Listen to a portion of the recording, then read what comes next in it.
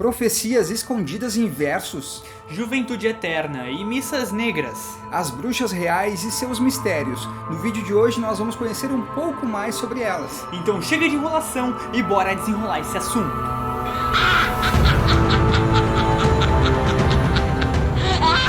Fala gurizada, eu me chamo Nicolas Fonseca. E eu sou Matheus Fonseca. Vocês sabem como se caracteriza uma bruxa? Geralmente são mulheres com um nariz grande, verrugas espalhadas pelo corpo, um chapéu pontudo e voam em vassouras. No cinema elas marcam presença em todos os gêneros: infantil, romance, comédia e, é claro, terror. Mas acontece que na vida real as bruxas são temidas e são associadas ao demônio, e ao longo de diversos anos, muitas mulheres foram executadas, acusadas de bruxaria. No vídeo de hoje a gente vai conhecer alguns casos de bruxas reais. E se tu gosta desse tipo de assunto, te inscreve aqui no canal e tu vai ficar sabendo tudo sobre esses seres que ficam entre a ficção e a realidade. Então contamos com a tua presença. A origem da palavra bruxa é incerta, mas acredita-se que ela venha do italiano bruciare, que significa queimar.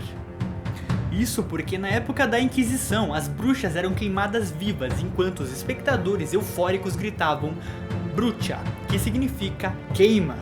Fazendo uma breve análise da Inquisição, a caça às bruxas começou em meados do século XV, quando a Igreja Católica prendia e torturava qualquer pessoa que tivesse envolvido com práticas pagãs. E uma curiosidade, o famoso físico e astrônomo italiano Galileu Galilei, em 1633, foi preso pela Santa Inquisição. Ele foi julgado por heresia depois de divulgar e defender a teoria de Nicolau Copérnico, que defendia que a Terra se move ao redor do Sol. Para não ser queimado vivo, o físico teve que renegar suas ideias por meio de uma carta. A caça às bruxas resultou em cerca de 50 mil condenações à morte, e apenas no século XVIII que essa perseguição começou a diminuir. As acusações de bruxaria eram fundadas em meros relatos, sem qualquer evidência, e por razões absurdas, pois bastava a pessoa fazer um simples chá para ser acusada de bruxaria e ser queimada viva.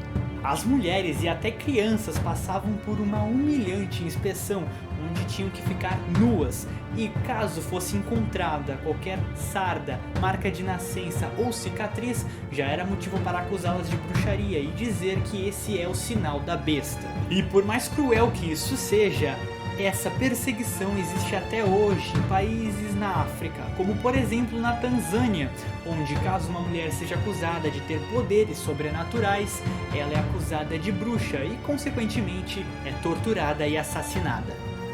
Um dos casos de bruxaria mais marcantes da história aconteceu lá em Massachusetts, nos Estados Unidos, em 1692, que foi o julgamento das bruxas de Salem, que resultou em 25 mortes.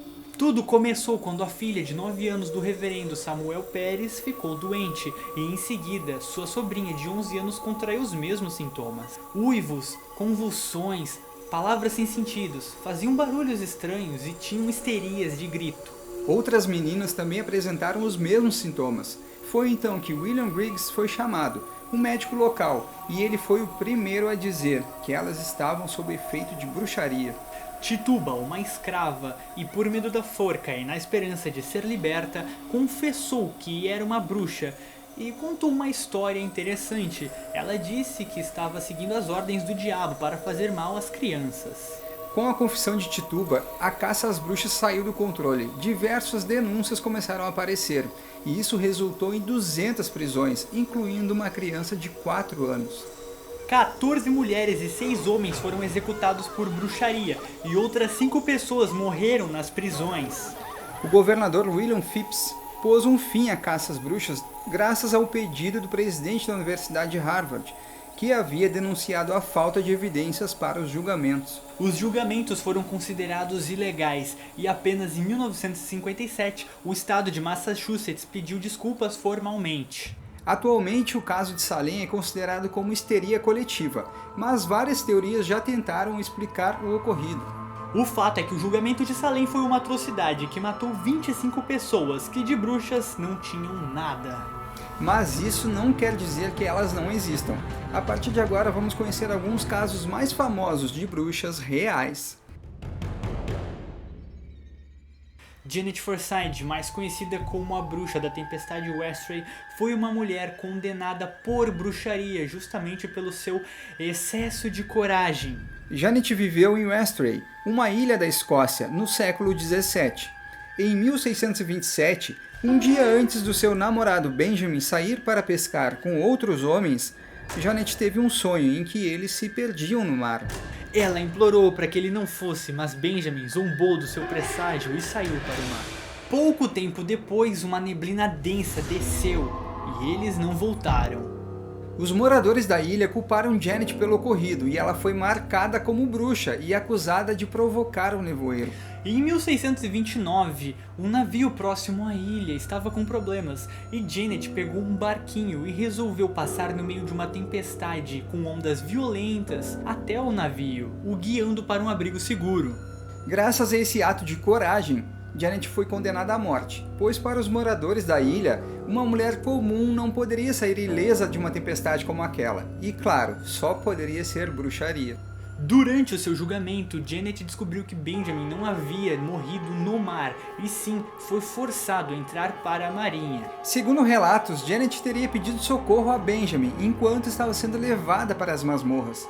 No dia seguinte, quando seria levada para a execução, a masmorra estava completamente vazia e Janet havia desaparecido. Alguns acreditam que Benjamin teria resgatado ela, ou será que ela usou algum tipo de magia, alguma bruxaria para escapar de lá? Ursula Santayo, mais conhecida como a Mãe Shipton, nasceu em 1488 em Knaresborough, no condado de Yorkshire, na Inglaterra. Era temida e considerada uma poderosa bruxa, comparada até a Nostradamus devido às suas previsões. Tudo começou quando Agatha Santayo, aos 15 anos, grávida de Ursula, foi banida do vilarejo em que vivia. Jamais revelou quem era o pai do bebê. E sem família ou parentes, acabou indo para uma caverna e lá, sozinha, deu luz a Úrsula.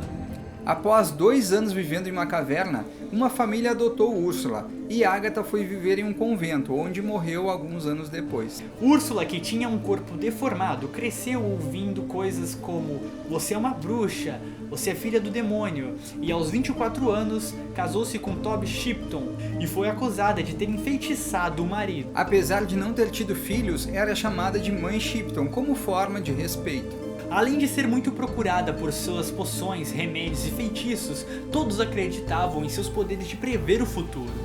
Mãe Shipton escrevia suas profecias de uma forma diferente, pois ela tinha medo de ser acusada de bruxaria, então ela escrevia em forma de versos.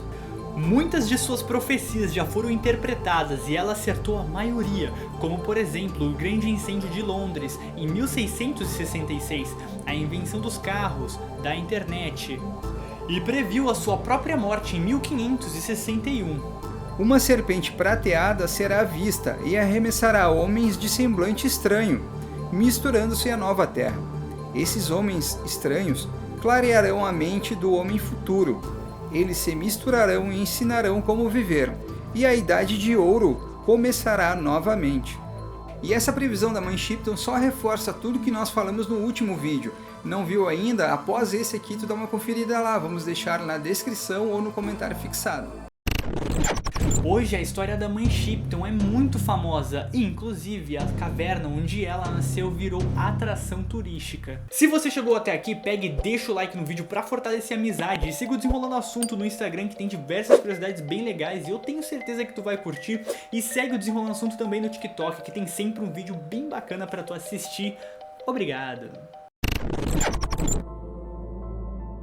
Catherine Mauvoisin, conhecida como La Voisin, que significa a vizinha, tinha uma cabana perto de Paris onde realizava missas negras e rituais satânicos. Catherine frequentava a mais alta nobreza da França, graças aos seus clientes que sempre estavam fascinados atrás de suas poções de beleza e afrodisíacas. Inclusive, uma das clientes era a amante do rei Luís XIV, a Marquesa de Montespan, que contratou Catherine para fazer uma poção contra sua rival. Mas as duas foram um pouco mais longe e chegaram a tramar a morte do rei. Mas poções para afastar rivais não era o que mais vendia. Na verdade, a maioria dos clientes pedia, como ela mesma chamava, pó de herança, que basicamente era uma poção que servia para garantir a morte de uma pessoa que pudesse deixar uma herança. Com o aumento do número de mortes entre 1660 e 1680, foi feita uma investigação e Catherine foi presa pelos envenenamentos. Na casa de Catherine estavam os bizarros ingredientes que ela utilizava em suas poções, como gorduras retiradas de homens enforcados, sangue humano, sêmen e até mesmo restos mortais de fetos e de bebês recém-nascidos em um forno. Ela fazia abortos e sacrificava os bebês em seus rituais, e depois queimava os corpos. Catherine confessou o envenenamento de centenas de pessoas e o assassinato de 2.000 recém-nascidos, o que a torna a maior serial killer da história. Ela foi queimada em praça pública em 1680, e enquanto ela queimava, ela cantava e proferia pragas. Essa sim era uma bruxa! E agora com vocês uma história de bruxaria que ocorreu aqui no Brasil e é bem mais recente, na década de 70, lá na cidade de Campo Grande, no Mato Grosso do Sul.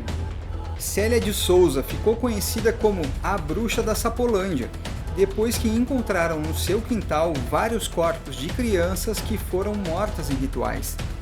Em 2009 foi encontrado dentro da casa um caixão que possuía roupas de crianças. Hoje a casa está abandonada e, segundo os moradores, os cães não ficam próximos à casa e já foram vistos vultos no quintal. Apesar de tudo, a bruxa da Sapolândia foi inocentada por falta de provas e desde então ninguém sabe sobre o seu paradeiro. Esses são um dos casos mais famosos da história, mas a bruxaria não ficou no passado. Mesmo com todas essas histórias e associando a imagem das bruxas a algo negativo, do mal, vale lembrar que a bruxaria sempre existiu e que não é legal associar a bruxaria apenas à maldade.